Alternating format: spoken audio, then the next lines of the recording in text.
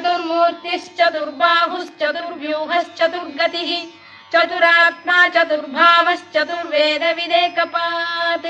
యాదవ వంశమున బలభద్ర, వాసుదేవ, ప్రద్యుమ్న, అనిరుద్ధులుగా 4 రూపములు గలవాడును, 4 యుగములందును 4 అవతారములు కలవాడును, శరీర పురుషుడు, చందోపురుషుడు, వేద పురుషుడు అను 4 రూపములుగా వ్యక్తమైన వాడును.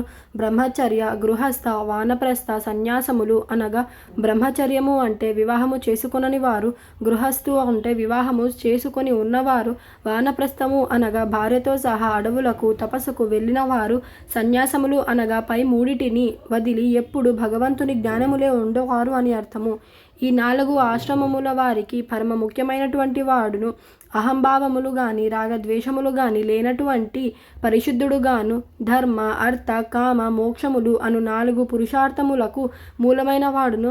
4 వేదములను బాగుగా తెలిసిన వాడును. ప్రపంచమంతయు తనలో ఒక భాగము మాత్రమే అయినటువంటి శ్రీమన్నారాయణునకు నమస్కరించుచున్నాను.